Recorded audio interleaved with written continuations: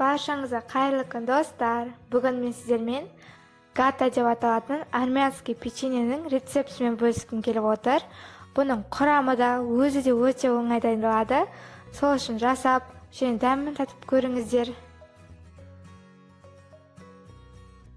Ең алдымен құрғақ ыдысымызға електен өткізілген ұнымызды салып аламыз, және де тоңазытқыштан шыққан салқын сарымайымызды саламыз. Сарымай міндетті түрде салқын болу қажет. Және сарымайымызды чорканың көмегімен немесе видеода көрсетілгендей қолмен үгітетін боламыз.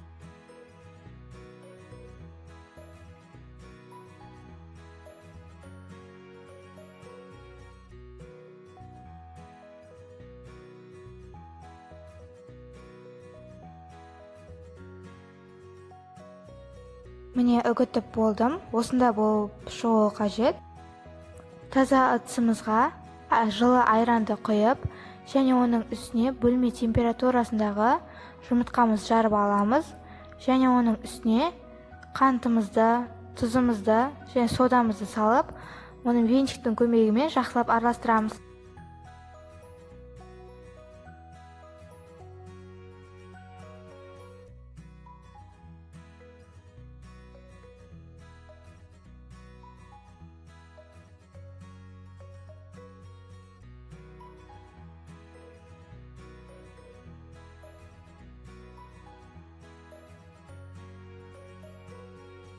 Араластырып болғаннан соң, оны манағы ұнымыз бен майымыздың үстіне құйып, жақсылап қамыр илейміз.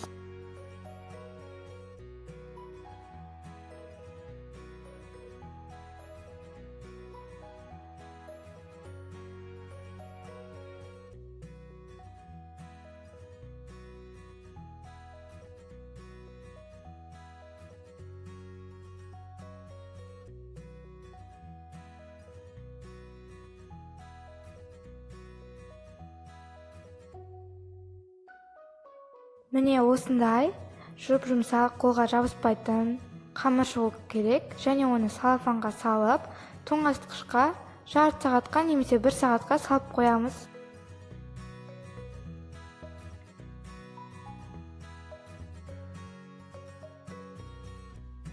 Міне жарты сағат өтті. Қамырымызды тоңазытқыштан аламыз. Және мен штрезел деп аталатын крошка жасадым. Бұның дайындалу жолы өте оңай. Онда сарымайды қантты араластырамыз. Толық рецептін описанияға жазып кетемін. Және қамырымызды 2 бөлікке бөлеміз.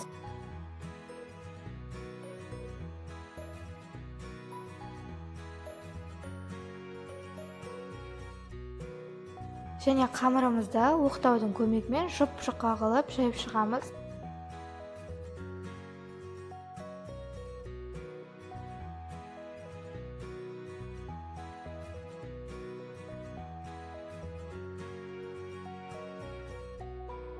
Міне осындай қылып, қамырымызды жұп-жұқа қылып жайып аламыз.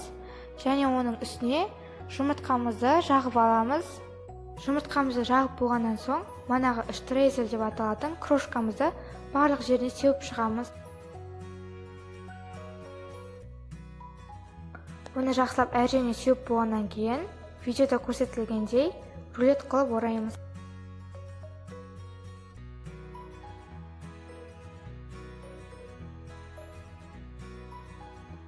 Орап болғаннан соң, өткір пышақпен осылай кесіп шығамыз.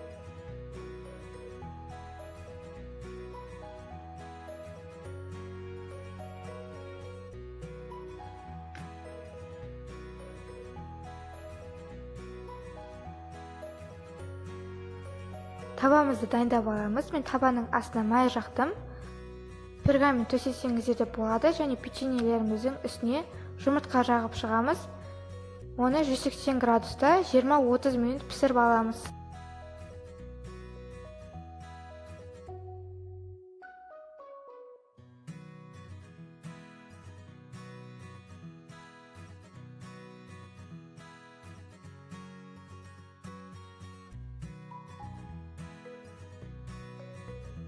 Міне печеньелеріміз де дайын. Өте дәмді болып шығады. Міндетті түрде жасап және дәмін татып көріңіздер. Ас болсын.